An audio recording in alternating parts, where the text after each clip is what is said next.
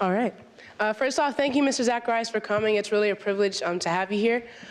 This question is just, you have the ability to rationalize through what I believe to be a spiritual experience. So I'm wondering, like, if you've had doubts that you were not able to rationalize through, and if so, how you got through that. I'll let Vince also tackle that, because his own journey has been quite winding through that. If I've ever had any doubts, and how I have worked myself and my reasoning process through them.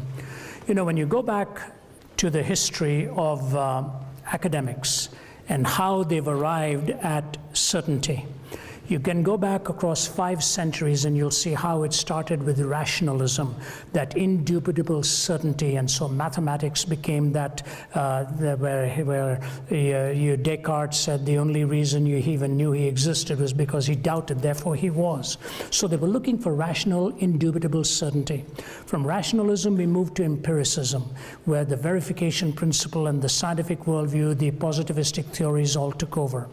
On the heels of that came those who struggled with emotional issues and their personal subjectivity. Existentialism took over. So you had rationalism, empiricism, existentialism, and you came into the, on the verge of the 21st century, postmodernism came over, and basically that didn't believe in any absolutes, that did away with truth, meaning, and certainty.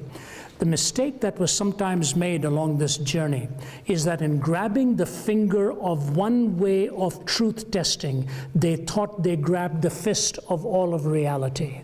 There are rational tests, but so are there empirical tests, so are there existential tests, and so is the whole search for community, which is what postmodernism ultimately led us to. So in taking measures of truth verification, the confluence and convergence of all of these is a critical point at which you have to come. Some things are rationally explained, some things existentially undeniable, others you find empirically verifiable, and you bring all of these to the test. So whenever you, after I made my Christian journey, after I began my Christian journey and made that commitment to Christ, my own transformation was so dramatic, as was my father's, who was very hostile to my initial response and actually almost marginalized me in the process till he came to become a follower of Christ himself. That I have had so serious, I think, an encounter in that relationship. I can honestly tell you I have never doubted that relationship with Christ or God himself. Have I had questions along the way? Yes. Some very serious questions, and you have to settle a question after debating it. You don't settle it before debating it. You go through.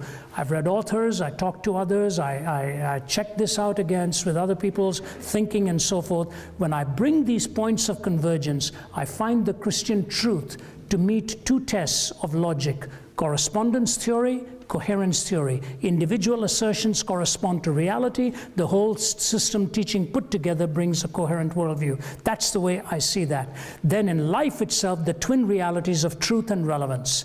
I find it very relevant in my life every day. My decisions are not made ad hoc. They're made on the basis of a prior commitment that life at its core is sacred. So to answer your question, yes, you will always have questions. You'll always struggle with questions.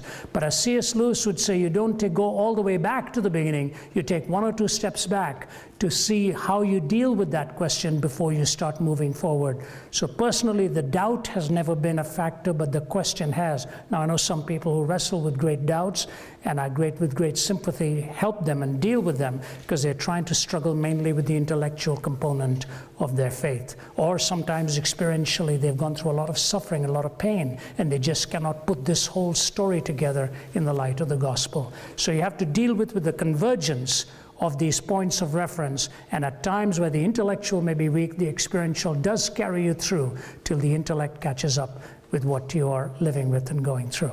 Okay. Thank you.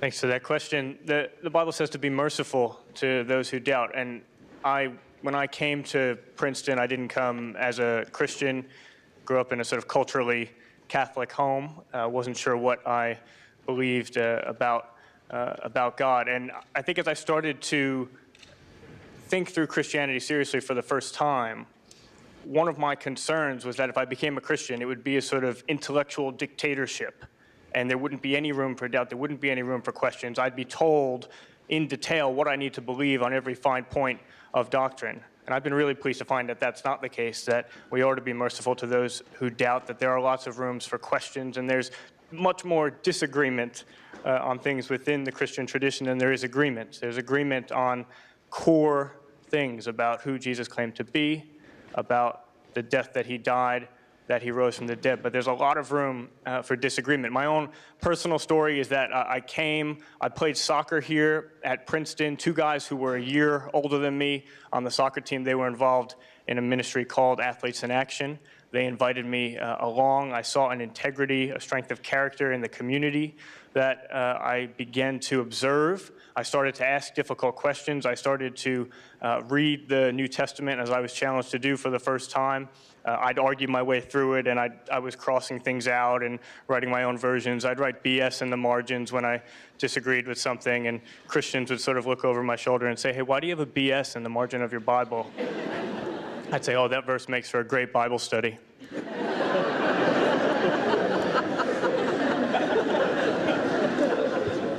I was studying philosophy at the time. It was very important to me for Christianity to be intellectually credible and defensible. I began to look into some of the arguments for the Christian faith, for the resurrection, from science, for different things. I found myself very compelled by them, but there were still doubts. And for me, not everyone has a specific moment. For me, I actually did have a sort of moment where I think my heart was just ready to say, actually, God, if you're really there, I'm ready to follow you in full. And I think when God knew that my heart was in that place, the sort of probabilities that I had calculated, but which retained the doubts, did go away to a certain extent. And for me, this is just an analogy that is helpful for me. I think believing in God and trusting God is something like knowing someone's face.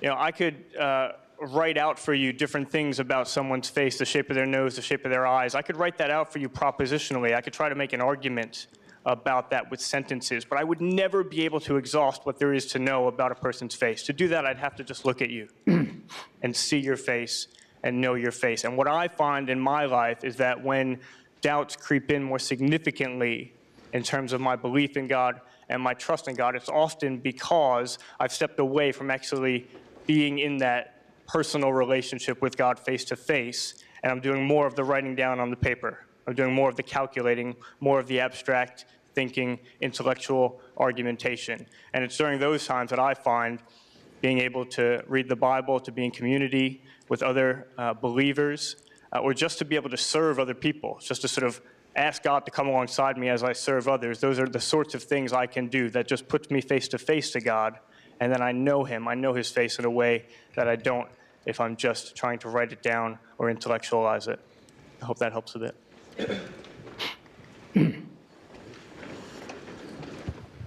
Thank you. I'm very grateful to be here and feel that I was led here today. It was very unexpected. I was wondering about theism versus deism.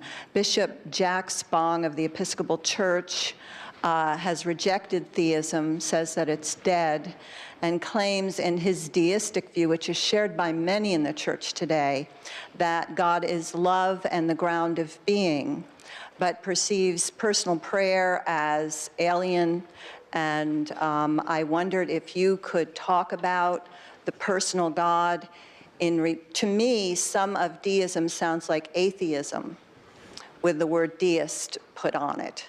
And I wondered if you could share your views on that. The question is about relationship between deism and, say, Christian faith. Deism being the belief that there's a God of some sort, a cause of some sort that started things going, but maybe doesn't have the sort of personal interaction that the Christian God is claimed to have in the world. And this is something where I'd want to say that the Christian faith is very much on the opposite end of the spectrum. Okay, a God who not only created the world and started the world in the first place, but is intimately involved in each person's life. And this is a radical idea. In the Old Testament, you have for the first time the idea of a marriage metaphor to explain the relationship between God and the people that God has created. Okay, other ancient Near Eastern myths knew of the idea of gods having other divine lovers, but the idea of a God who loved finite, imperfect human persons is radically unique in the Old Testament and then moving into the New Testament, and we see that ultimately fulfilled in God actually coming to earth, the Christian story being that God actually came to earth and lived a human life that he didn't have to live, suffered a human death that he didn't have to suffer in order to be intimately involved in our lives. So I'd want to say that deism is on the different side of the spectrum from the Christian faith, and that's because the sort of intimacy and the sort of interaction that Christianity is claiming that God has in our lives is very intimate and very personal. I don't know if you'd like to add to that. You know, it's interesting how people in the early part of this century started to move away from the word religion. They didn't like religion. I hear people saying, I don't like religion, I'm into spirituality. And I've written a book that I hope, if you're interested in the whole New Age spiritual movement, it was called Why Jesus? And I traced the roots back of spirituality all the way to its Greek heritage and so on, and the pantheistic worldview of India and so forth. And if you read Elizabeth Lesser, who's sort of the guru of this New Age spirituality, the more I read them, I came to this incredible conclusion. The difference between atheism and the new spirituality is in the process that they end up with the same conclusion. The process is different, the conclusion is the same. In atheism, there is no God. In the new spirituality also, there is no God out there. You're the divine one, you're the God. So it basically gives you that same privilege that atheism gave you, except it dressed it up in all kinds of spiritual talk. I think what Vince has said is critical, that in the Judeo-Christian worldview that we talk about, it is not viewed as an ideational connection. It's not viewed, for example, in the whole New Age or the movement of meditation, where if you stare inwards for long enough with the right mantra or the right knowledge or the right devotion, you ultimately find you are one with this impersonal absolute and get absorbed into this impersonal divine entity, which is not a personal being. That's not what the goal is in the Christian faith. In the Christian faith, the relationship notion is so rich and so true that truly you have the relationship with the living God in prayer, in the knowledge of love, in the whole concept of the fact that you actually are not in union with the divine, you're in communion and in communication. And that relationship issue is very unique and very distinctive, and the gospel lends itself to it. So you're right. Theism in broad terms or pantheism may end up just being ideational relationships to abstract theories, but in the Christian faith, your relationship is to a personal, moral first cause, and that's why the accountability is therefore just as real. Thank you. My question is a different perspective on the first subject of the question, which was belief versus doubt. You mentioned that you have no problem with doubt now, but it struck me that during your entire talk, you gave reasons for belief which were instrumental in the sense that this is the good things that would happen if you believe. And I did not hear any reasons for believing that this is true. And I think there's a big difference between reasons to believe a truth versus reasons to believe that good things might come if you believe this, whether or not it's true. And along the same lines, it also struck me that you passed over what I would consider to be the strongest evidence that there is no God, which is evil. If I would see a death camp, rather than think that that's a reason to believe in God, I would think that's a reason not to believe in God. And I'd appreciate your response. I appreciate your candor very, very much. And yes, I think that's probably, it's oftentimes they say virtue in distress and vice in triumph has made atheists of mankind, that you see this kind of evil and this kind of suffering. But let me go back to your first comment, which was an important one, that I didn't present any reasons to believe in God. I just presented reasons why I'm not an atheist. I was trying to stay with the subject matter that is given to me. In fact, tomorrow night, you're welcome to where I'm going to be. I'm going to present my defense of Christianity. And maybe they'll tell you where that will be, and I will give you the reasons very clearly there. But for now, let me just give you maybe 2 or 3 of them that I think will enable me to at least get past the hurdle. The question you've raised is germane to one of my own arguments in the beginning. If evil is real and not a construct in our own mind, and evil is truly something to be shunned and is morally deviant, then there is no way to sustain that without a moral being who's the creator of this universe. And let me give that in two illustrations for you.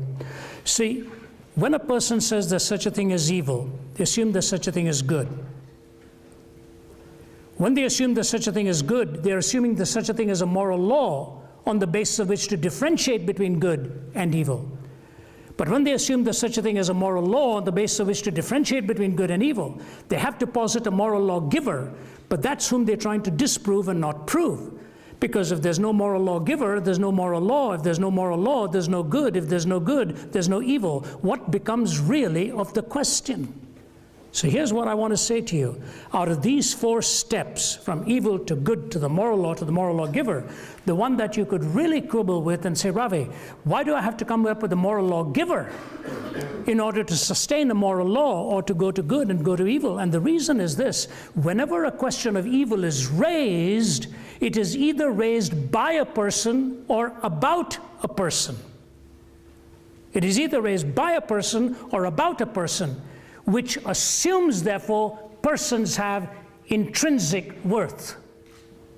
And that is not a legitimate offspring ideationally of a non-theistic universe.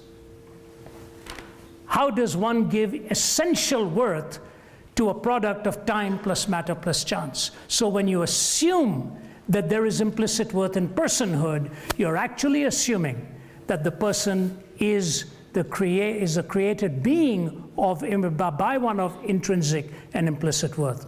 Now, if you go, for example, to the pantheistic worldview, all is God, God is all, you are part of the pantheistic worldview in the cycle of birth and rebirth.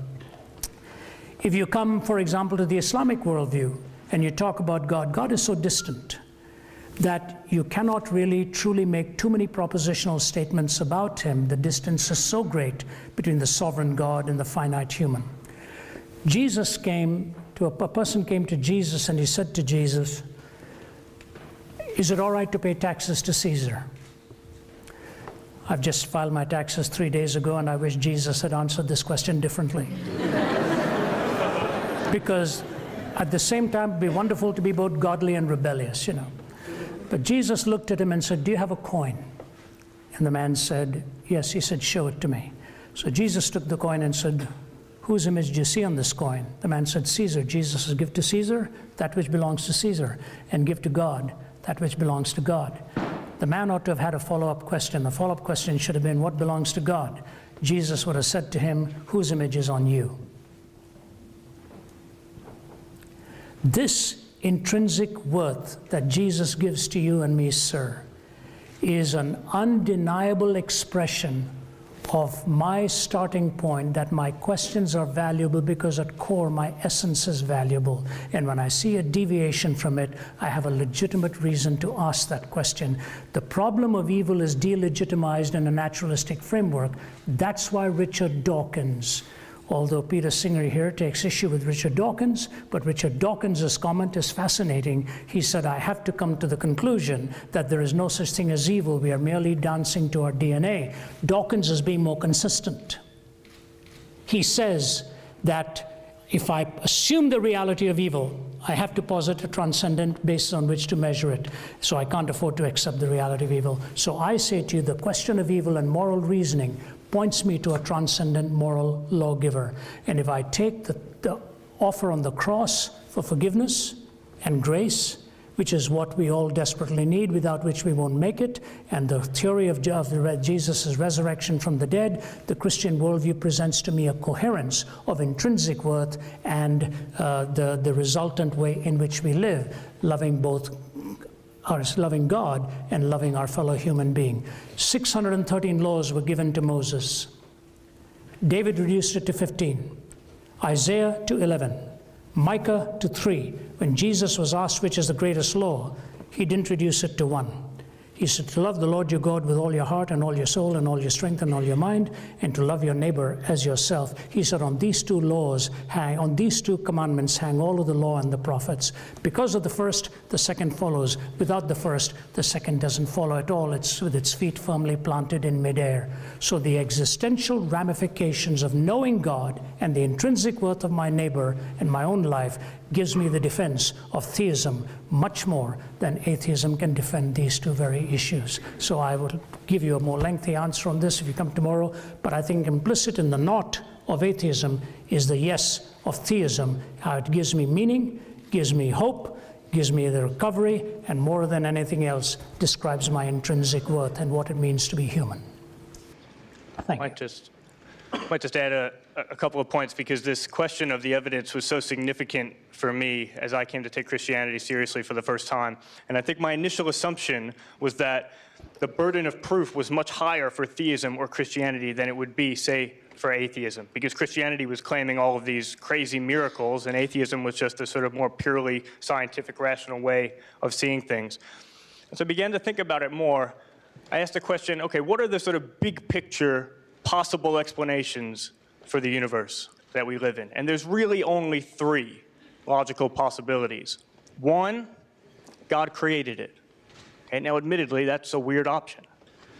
Possibility number two, it just popped into existence from nothing without any explanation at all. Now again, that's a weird option. Possibility number three, the universe has existed infinitely back in time, but without any explanation for why it's done so. Then maybe you can explain each portion of the universe by some portion that came before it, but you still have absolutely no explanation for why there's a universe at all. My point is, each one of those possibilities is supernatural in an informal use of the term.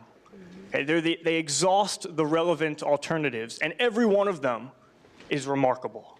And it made me realize, actually, no matter what your position, we live in a miraculous world.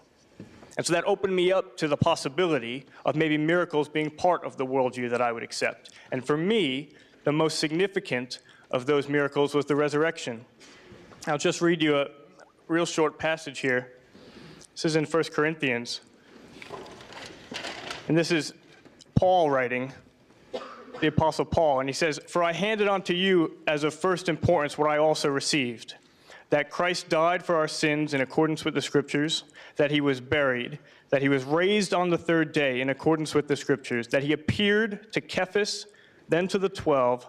After that he appeared to more than 500 brothers at once, most of whom are still living," almost as if to say, go out and ask them if you like, though some have fallen asleep. After that he appeared to James, then to all the apostles. Last of all, he appeared to me. The amazing thing about this passage is that in recent scholarship, it's become a consensus, more or less, that that passage dates back to within the first couple of years of Jesus' death. You go back 100 years from now, and if you brought out a passage like that, most people would have said, oh, it's legendary development.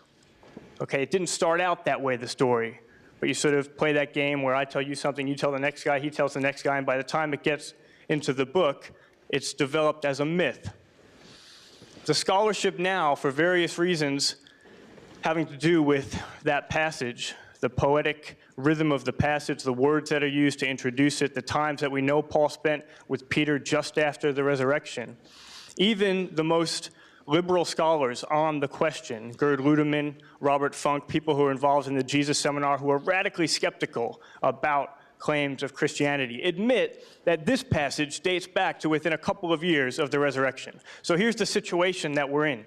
Christianity part 1, the apostles believe that Jesus is going to be the Messiah. He's going to be this earthly king who's going to restore the Davidic throne. Then Christianity part 3, there's this eruption of Christianity. And in the middle, all we have is Jesus' death. Okay, what's the explanation for how we get from Christianity part 1 to the passage that I just read you, where we know that shortly after Jesus' death, the disciples are utterly convinced that they have seen with their own eyes Jesus raised from the dead. There's a huge historical gap there. Christians fill that gap with the resurrection. If you don't fill that gap with the resurrection, the thing is that the gap still remains. And in my reasoning and in my thinking about this, the resurrection has been the only plausible alternative for how you fill that huge historical gap. In 2003, Richard Swinburne, he was the head philosopher of religion at Oxford, he wrote a book, it's called The Resurrection of God Incarnate. And in that book, he argues that based on the available evidence today, the probability of Jesus having literally, physically risen from the dead is 97%. Now, he says you can't take the numbers seriously. He likes to work with probability theory. He plugs in guesstimates at the different points in the argument. But nevertheless, the fact that someone of his intellectual caliber can write that, make that argument in print, have it be published by Oxford University Press, and ably defend it at top-flight academic conferences around the world, and I've seen him do that.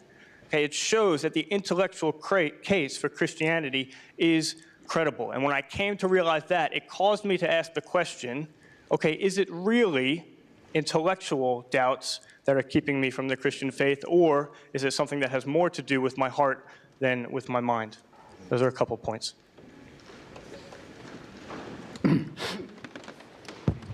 Hey, so I had a question on the problem of evil from the Christian worldview. I like how you mentioned, Ravi, that you need a transcendent anchor before you can pose the problem of evil. And it was good to hear, Dr. Vitale, that you did some work on this yourself. So in Christian philosophy, I believe that Alvin Plantinga has given a good defense with his free will defense of moral evil. But is there a good response to what seems to be natural evil that is apart from the moral decisions free creatures make? So if you guys could talk about that and explain the best way to deal with that, because I think that's it's an issue a lot of Christians wrestle with. So, yeah. That's great. Thank you for that question. I think you're right. I mean, the Christian story says that the world is not the way the world's supposed to be, and the world's not the way that it's going to be in the end. Okay, that we're living, in a sense, in a broken world. But especially with respect to natural evil, that still raises the question of why would God allow the world to continue the way it is, even if it's the case that free will at some point made the world broken in the way that it is. Let me just give one potential way to think about this, just one area to open up. I mean, I don't think that this is a question that we should expect a full response to. If I need to take my dog Buster to the vet to give him a needle so he doesn't get a terrible disease, he doesn't understand why he has to experience the pain of that needle. And when I sit Buster down on the couch and I try to explain to him that this is important so he doesn't get a terrible disease, I don't get very far. Okay, and that's not because of some lack of ability on my part. It's not that I'm not a good enough communicator to get through to him. It's just that he's not the sort of being that can understand why I do many of the things that I do. And I think similarly, if it's true, as the Christian faith claims, that God is far beyond us in intellectual capability and understanding, then we shouldn't expect to be able to see all of his reasons for allowing the suffering that he does. Oftentimes, we get to a certain point in our life and we look back and we can understand some of the suffering, but then some of the other suffering just seems pointless, it seems horrendous, you just can't fathom how God would allow it. I think that's a natural place to be in, and I think that that's okay. But here's one just further thing to think further about. We sometimes think of the problem of evil or the problem of suffering like this. We picture ourselves in this world, then we picture ourselves in a different world with far less suffering, and we say, surely God should have created me in that world rather than in this world, in the world with less suffering rather than the world with lots of suffering. That's a reasonable thought. I think it's a thought that relies on a philosophical mistake. Okay, it relies on the assumption that it would still be you who would exist if the world looked very different, and in fact was that world with far less suffering rather than this world and its suffering. And I think that's actually not the case. There was an important moment in my parents' dating life when they were first dating. They're actually here tonight. And there was an important moment where on their second date, my dad noticed a ring on my mom's finger. And so he asked about it. And she said, oh, yeah, well, that's just a ring that one of my old boyfriends gave to me. I just wear it because I think it looks nice.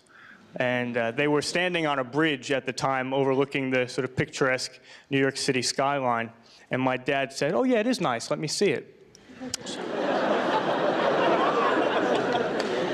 Most people don't get it at that point. You're quicker than most.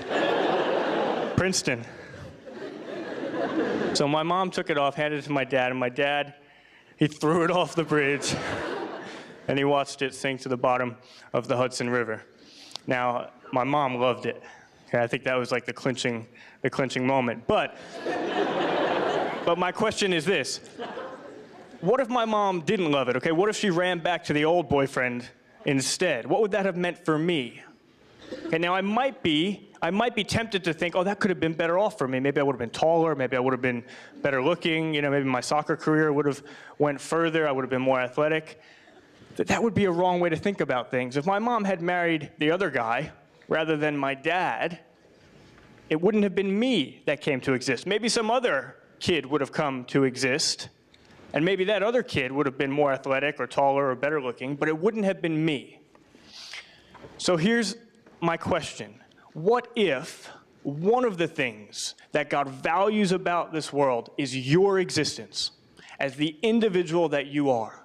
Okay, the Bible says that God chose you individually before the creation of the world. What if that's true? And what if one of the things he values about this world is your existence? What would the world have had to look like in order for you, as the individual that you are, to come to exist and for him to call you into a relationship with himself for all eternity? And I think the answer is that actually he would have had to allow it to go down a course where it looked quite similar to the way that it actually does. That's at least something to think further about.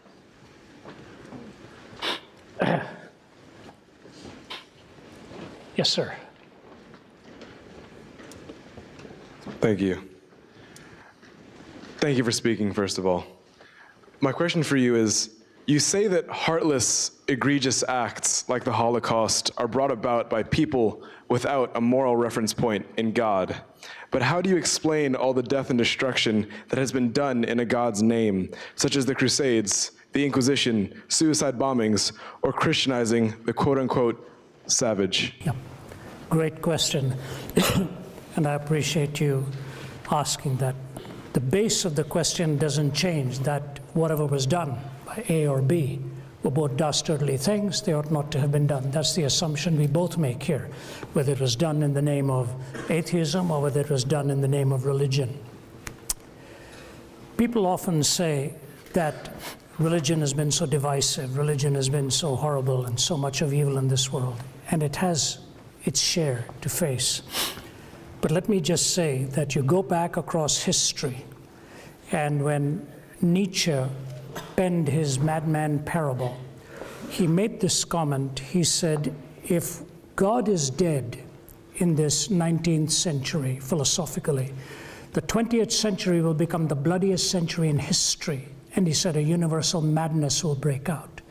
And in the 20th century, we killed more people in warfare than all of the previous 19 centuries put together. All right? Now, and Nietzsche, ironically, took the first step himself. The last 13 years of his life, he spent insane, just in a world of his own, and every now and then quoting the scripture when he broke his silence.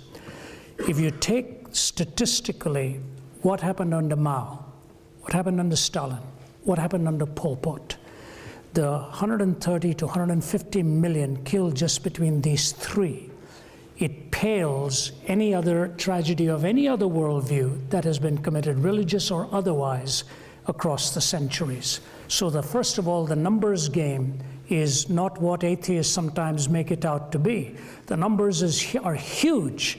I'm going to be in Shanghai within a couple of weeks. I'll be there 3 weeks from now. And I remember being in Nanjing, where I saw the seminary that Mao Zedong had burned, and talked to them on the 60-some million that he killed. When he burned the seminary, he said, God is going to be evicted from this land, never to be brought back here again. The fastest growing church in the world today is in China. It's absolutely amazing. It's the fastest growing church in the world today, somewhere between 50 to 100 million. When Crusades and all took place, the religious people calling themselves Christians made the biggest blunder you ever make with your faith in God, and that's the politicization of religion. That became a state church, a politicized church, as some of it still is. And that's why in Europe today, where you see the state church, you see the resistance towards that kind of teaching. It was kind of setting up a theocracy when it was actually more a theonomy, where enforcing the laws of God on people supposedly, but the hierarchy was in the hands of men. When you look at the Christian worldview in quotes that did this, you knew they were violating the fundamentals of their very Christian faith. So it was a deviation from what they claimed to believe. When you see violence in the atheistic worldview, it's very much in keeping with the assumptions that we are pragmatically going to be our own God and make our own destiny. So you never ever judge a philosophy by its abuse. Never ever judge a philosophy by its abuse. You take a look at the philosophy in its logical outworkings. Now, this is where I sometimes have discussions with my Muslim friends on this issue of suicide bombing and what's happening in parts of the Middle East today, in the warfare that's going on. That is, of course, a completely different religious worldview to what the Christian faith is all about. We must understand this. All religions don't believe the same things. You well know, probably come from the same part of the world as I do, that you know how different these assumptions are. So let me give you a conversation that I had with Sheikh Talal, who's one of the founders of Hamas. The Archbishop of Canterbury took me and 4 other men to meet with the leaders on both sides of all the conflict that was going on. And we were Sheikh Talal as one of the founders of Hamas. We'd met with all of the leaders, one after another. It was a tough week. My mind was exhausted by the time I'd finished listening to both sides on this. Last day we were in Ramallah. And Sheikh Talal has hosted us for a big meal, and Yasser Arafat's men, and all of them in the room, smoke-filled room, big meal. It's over. The Archbishop was the lead man, so he carried on the conversation. Then he looked at the 5 of us. He said, I give you men each a chance to ask one question. I won't tell you what question I asked Sheikh Talal, but it is along the vein that you've just raised. That's all I'll say to you. And I didn't like his answer. I didn't like it. He's a big guy. He could have eaten me without salt and pepper. You know, and I looked at him and I said, Sheikh, I don't like your answer. I have to say this to you. I said, but Sheikh, I want to say something to you because you and I may never see each other again. I said, not far from here is a mountain. 5,000 years ago, a man you and I respect, Abraham, went up that mountain to express his faith in God, and to do that, he was offering his own son. He said, that's right. I said, let's not argue which son it was, or we'll get into a different argument here. I said, let's agree it was his son. He said, okay. I said, when he went up and that proverbial axe is about to fall, God stopped that arm. He said, that's right. I said, do you know what God said? He said, no. I said, God said, stop. I myself will provide. He said, yeah, that's right. I said, Sheikh, very close to where you and I are sitting is a hill called Calvary. 2,000 years ago, God kept that promise. He took his own son up that hill. I said, Sheikh, this time the arm did not stop. I said, until you and I receive the son that God has provided for us, we'll be offering our own sons and daughters on the battlefields of this world for position, power, land, and prestige. There was a pin drop silence in the room. The Archbishop said, I guess it's time to go. So walking away, I walked towards the staircase. I thought, brother, I've blown it big time. The Archbishop came and put his arm around me and he said, Ravi, thank you. He said, that was of God. I said, I sure hope so. I'd never thought of that until just now. So we go down the steps, and the Archbishop being the guest of honor, the Sheikh went but he quickly hurried him into his car and ran towards where I was. I thought, that's it, finished. I'm going to be buried in Ramallah.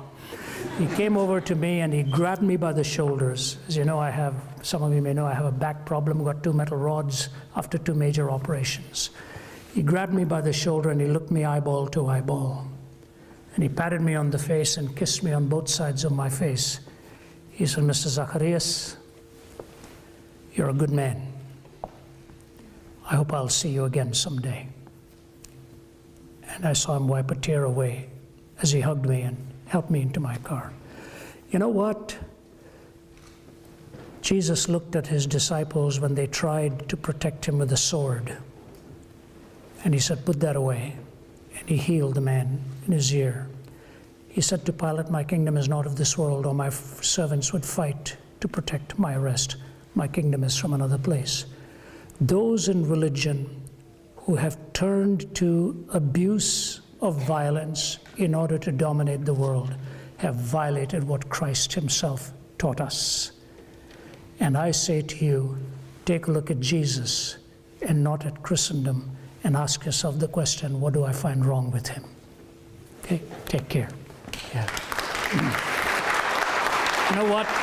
Time is gone. We'll just take two more if we don't mind, and then we boys could hang around for a little while here, and if we can help you one-on-one, we'll do it, but we keep going. You know, we've got a lot of travel to do, and you may want to bury us here too, but we'll take one and one, and let's go to it. Hi, thank you very much for your lecture and for a number of moving stories. If the essence of God is to create and to realize the infinite potential for creation, that is his identity, and yet in the act of creating the world, he desired his children to somehow recapitulate his nature or to continue his work, would not the act of creation become an act of vanity? An act of what? Vanity? Vanity. Thank you. Where are you from? Ukraine. Ukraine. Good. Would not creation itself become an act of vanity for God to create? Yeah, good question. I haven't thought about that in quite those terms very much, and that's a good question. I think maybe an analogy of human procreation is helpful, because it's one that we can sort of each get our heads around a bit. I think someone can procreate out of a desire to fulfill their own desires or to meet a certain need that they have. I'm going to have a child because that's going to fix my marriage, or that's going to give me a certain sort of identity or self-worth that I don't have. But I also think that there's a type of procreation where the motivation is actually just out of love for your future child. Not because of anything that you need, not because of anything that that child is going to do or earn or accomplish. Just the love of a parent just standing over a newborn child, just delighting in that child. Not because the child has done anything or earned anything, not thinking about how productive the child will be for the family business or how many awards they'll win at Princeton or anything like that. Just simply out of love for your child created in your image. And Christians call that grace, a type of love that is in no way dependent on what you can give to the lover, on what you're able to earn or deserve or merit or accomplish, but simply the love of a parent for a child. And I would say that that's why I think that God's creation is not an act of vanity, because it's not an act that he does because he needs something or because he's creating so that someone can deserve something and make him feel good about it, but he's creating simply out of that grace-type love of a parent for a child. Does he want us to be like him? Sorry, say again? Does he want us to be like him? Does he want us to try to act as he would judge us? Yes, it's a good question. Does he want us to be like him? And I think the answer is yes. He doesn't expect us to be able to do that ourselves. And the Bible says that when you make a decision, a free decision to trust God, actually his Spirit comes to live inside of you in a real way. And you experience yourself being transformed from the inside out more into his likeness. But here's the thing.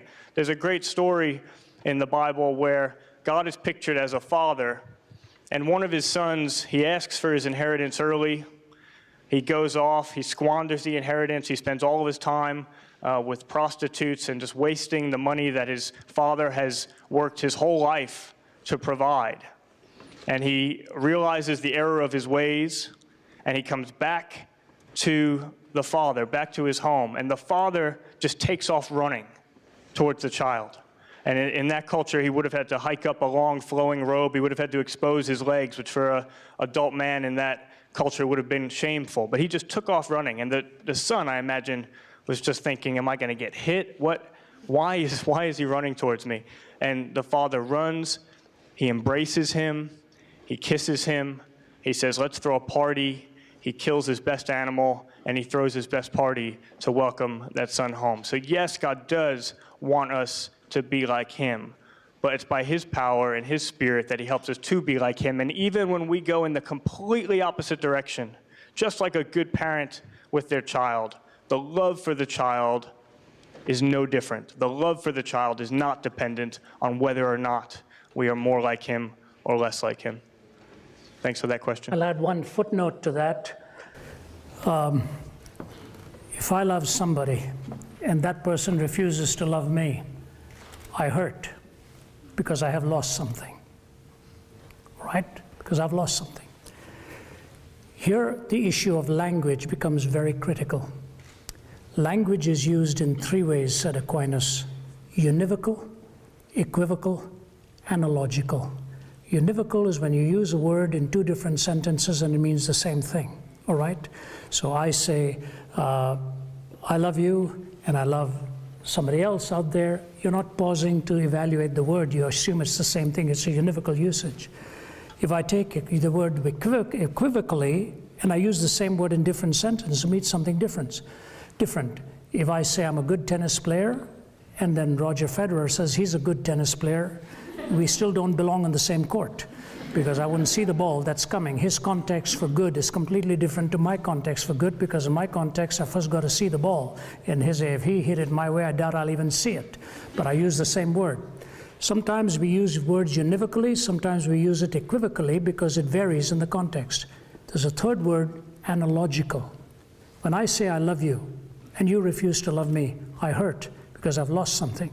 When God says he loves you, and you refuse to love God, God hurts too. God hurts not because he has lost something, but because you have lost something.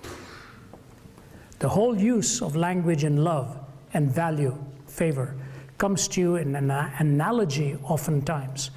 And you know, I became a grandfather once last year and about to become a grandfather 2 more times. And today my daughter and son-in-law returned from Florence, Italy. They've just landed. I hadn't seen them for a month. I'm just longing to get back home so I can take that little guy and give him a big hug and squeeze all over again. My daughter said to me, what's the difference between parents and grandparents? Do you have any difference in feeling? I said, sweetheart, I'll tell you what, when you're a parent, all of your energy is expended in just taking care and worrying and providing for. You've got very little left to really enjoy it. Now, when you're a grandparent, you do the worrying and you do the energizing. I'll take the enjoyment and I'll enjoy the little one. When you look at a young life and hold a little one in your arms, you have to ask yourself the question, what do you want for this child? Do you want it out of vanity?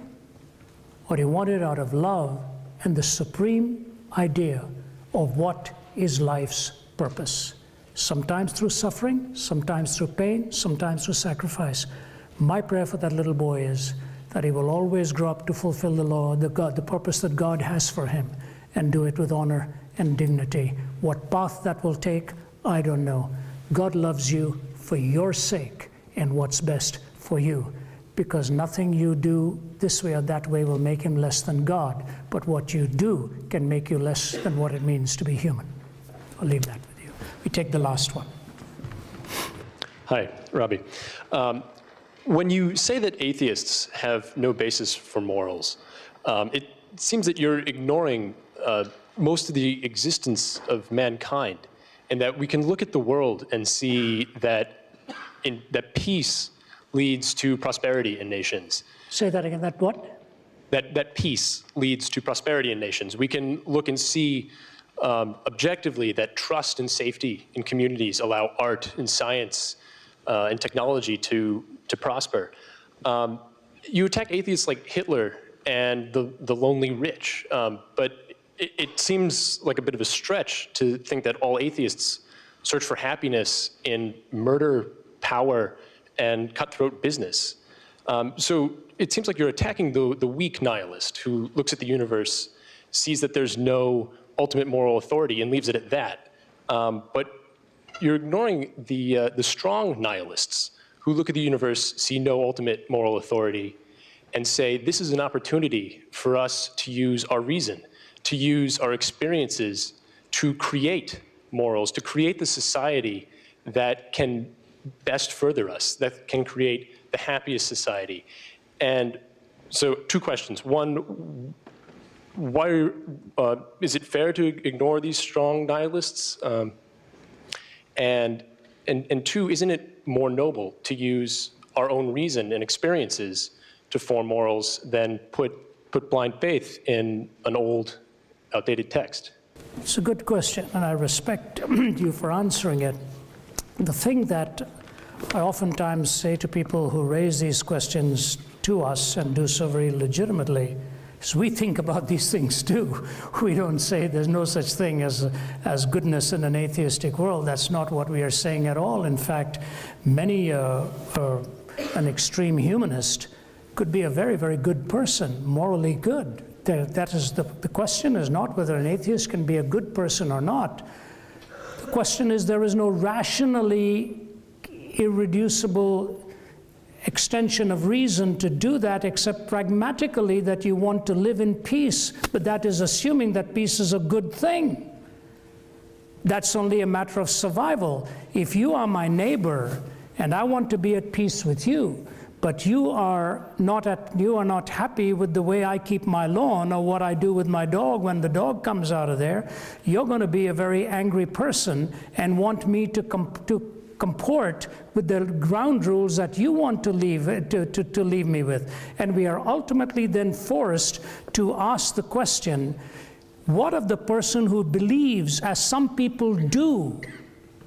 Believe me, I have met them, who believe that the West is the greatest curse in the world today, who want to eradicate it, and then the world will be a better place. What is the grounds for us reasoning with that kind of person? Oh yeah, we all need to get along. He says, yeah, but I get along better when you're not around. That's exactly what they do. I'll give you now your question is not a foolish question, it's a very real question.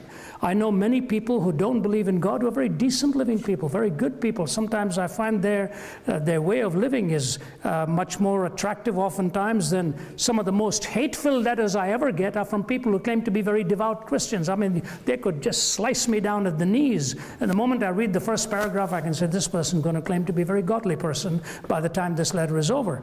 And I can get some very kind letters from people like you've raised your question in a very quiet way. But here's the question I raise for you. How do you adjudicate between 2 different moral frameworks that sit before you, each one of them believing that their goodness is superior to the other person's goodness? What happens today in the Middle East? You know what's happened in the Middle East for 5,000 years? One worldview lives with the philosophy and the logic of unforgiveness. It's a battle between 2 brothers, 2 half-brothers. The logic of unforgiveness. And so for 5,000 years now, blood's been let, blood's been spilt because there will never be forgiveness in there. Brother Andrew is a great man who's been to many parts of the world, a Palestinian young man who, by the way, in the same week I heard another, actually it was a previous visit, a young Palestinian person came up to me while I was in Jerusalem having some hummus and tabbouleh and all, enjoying conversation with him. And when I left, you know what he said to me? He said, I don't know if I'll see you again. I hope you do come. He said, well, I want to tell you something what our goal in life is. First, we will take care of Saturday, then we will take care of Sunday. Am I going to argue with him then? If I did, Sunday would be taken care of right then and there. So I had to leave.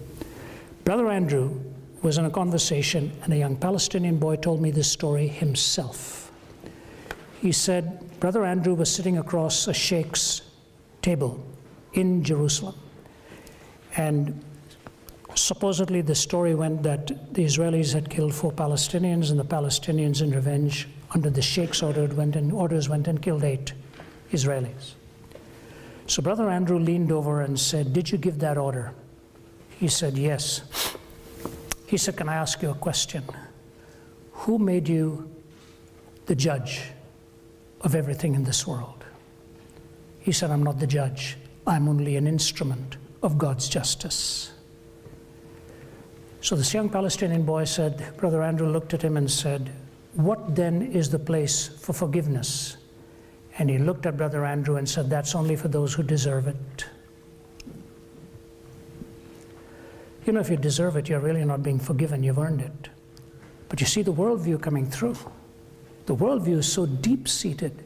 If everybody had that natural inclination for peace and brotherhood and goodwill and so on, your question would be very pragmatically acceptable.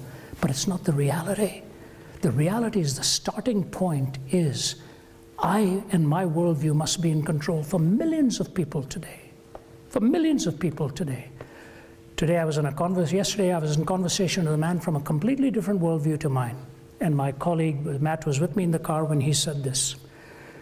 He said, "How do I respond to another person who's raising up his children with only one goal in life, to kill me?"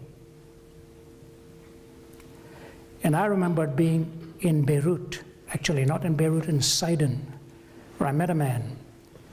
And you know what he did every morning at sunrise? He took his 10-year-old boy, walked up, and he pointed to a distance, and he said, "Your goal in life is going to be to kill as many of those on the other side as on this." What do you say to him? I tell them that's not the answer. But the only reason I can tell them is because forgiveness is God's grace. The love of God places value on you. And if you really think about your questions seriously, you'll have to ask yourself this: how did we come to the conclusion, say the elimination of life in the womb, if your assumption from atheism is right, that we ought to live and live peaceably with each other? Life is too complex to take a simple principle like that and apply it for survival. It just has to assume what it means to be human and what kind of a moral ethic do we ultimately want living in this world. Your question is a good one. My answer to you is I've searched and searched and searched for years. I find no answer. Yes, can an atheist be a good person? But they're only living beyond what their own metaphysical assumptions actually are. And that's the way it ultimately boils down. Do you have to want to add? Let me just close with this. You've been very patient. I want to challenge you with this. For those of you who don't know Christ, I want you to give him some careful thought, serious thought. You don't have to take our word for it.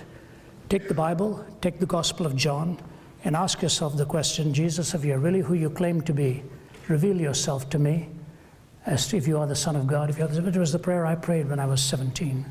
Francis Thompson was a drug addict. He never got into Oxford, though he applied 3 times, but he was a genius. He lived in 2 places, by the River Thames and at Charing Cross. Charing Cross, he would go and buy his opium. At night, he would sleep by the River Thames with his dirty raincoat wrapped around him. He would write letters to the editor, and the editor would say, "A greater than a Milton is among us, but there's never a return address." He was living on the streets, Charing Cross and the River Thames. He wrote The Hound of Heaven. I fled him down the nights, I fled him down the days. I fled him down the arches of the years. I fled him down the labyrinthine ways of my mind, and in mist of tears, I hid from him. He was reading the book of Genesis, and he read the story of Jacob's ladder and God coming near. And Thompson penned these words: "O world invisible, we view thee. O world intangible, we touch thee. O world unknowable, we know thee. Inapprehensible, we clutch thee. Does a fish soar to find the ocean, an eagle plunge to find the air? Do we ask of the stars in motion if they have rumor of thee there? Not where the wheeling systems darken, or our benumbed conceiving soars, the drift of pinions would we hearken, beats on our own clay-shuttered doors.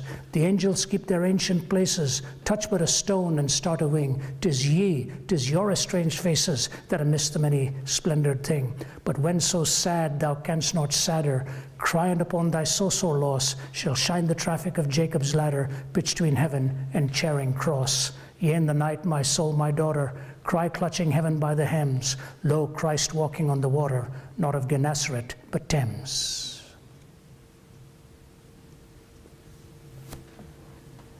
God is nearer to you than you realize. You don't have to take our word for it. You ask Christ, if he is who he claims to be, to reveal himself to you. And I guarantee you this, if your prayer is sincere, when you find him and you know him, you will find the glue that puts all of life together, especially moral reasoning, especially meaning, hope, and the ultimate recovery of life beyond the grave. I want to thank you all at Princeton for being here and giving me a warm welcome. My compliments to the two fencing teams that just won the national championship. So hooray for them, we cheer them. He was a boxer at Oxford. I figured I was safe with fencing champs and a boxer here. We'd be all right. Somebody was watching out from my back. God bless you, and thank you, organizers, for having us. Thank you.